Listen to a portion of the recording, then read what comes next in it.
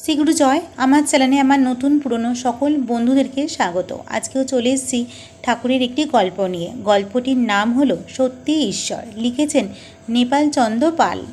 সত্য এই কথাটির অর্থ হলো প্রকৃত, যথার্থ, ঠিক বা নির্ভুল। সত্য কথাটির বহু তাৎপর্য আছে। শ্রী শ্রী গুরু ভগবান শ্রীগুরু সংঘ স্থাপন করেছেন 4টি স্তম্ভের ওপর। সেই স্তম্ভ 4টি হলো সত্য, সেবা, নীতি, ধর্ম।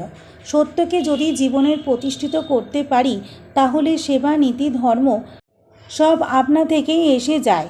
প্রথম কর্তব্য নিজেকে সত্যের মধ্যে রাখা, যেমন সত্য বলা, সত্যের অনুষ্ঠান করা, সত্য আচরণ করা। পৃথিবীতে যা কিছু প্রতিষ্ঠিত সবই সত্যের ওপর। পুরাণে রাজা উত্থানপাদ প্রজাপালক ছিলেন। প্রজাদের রাজা বললেন, তোমরা সবাই যে যা জিনিস উৎপাদন করো তা বেশি করে করবে, তাহলে তোমাদের বেশি উপার্জন হবে। তখন প্রজারা বলল, বেশি উৎপাদন করলে জিনিস নষ্ট হবে। তখন রাজা বললেন, যেদিন তোমাদের জিনিসপত্র অবিকৃত থাকবে সেই সব জিনিসপত্র আমি সব কিনে নেব। এই নিয়মেই চলছিল। কিছুদিন পর এক ভাস্কর একটি কালো পাথরের শনি মূর্তি নিয়ে এলো। মন্ত্রীমশাই মহারাজের কাছে খবর পাঠালেন। মহারাজ ওই মূর্তিটি কিনে নিতে বললেন। ওই শনি মূর্তিটি কেনা হলো। ওই দিন রাজা শয়নকক্ষে বসে আছেন। নজর গেল দরজার দিকে। একজন সুন্দরী নারীকে যেতে দেখে বললেন, কে যায়? নারী বললেন, আমি লক্ষ্মী।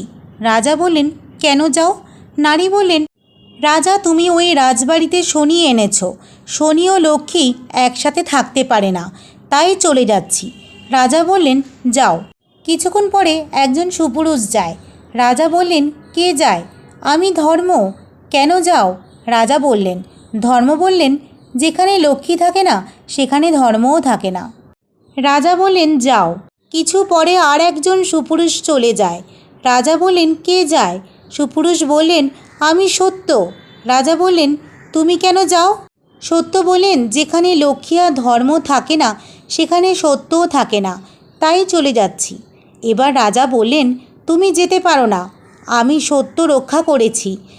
আমি সত্যভ্রষ্ট হইনি, তাই তুমি আমাকে ত্যাগ করতে পারো না। রাজার কথা শুনে সত্য ফিরে এলো। কিছু পরে ধর্ম এবং লক্ষ্মীও ফিরে এলো। এই কাহিনীর থেকে বোঝা যায় যে সত্যের জন্য সব কিছু ত্যাগ করা যায়, কিন্তু কোনো কিছুর জন্য সত্যকে ত্যাগ করা যায় না। তাই আমরা যদি সত্যকে শক্ত করে ধরে রাখতে পারি তাহলে সেবা, নীতি, ধর্ম সব পালন হবে।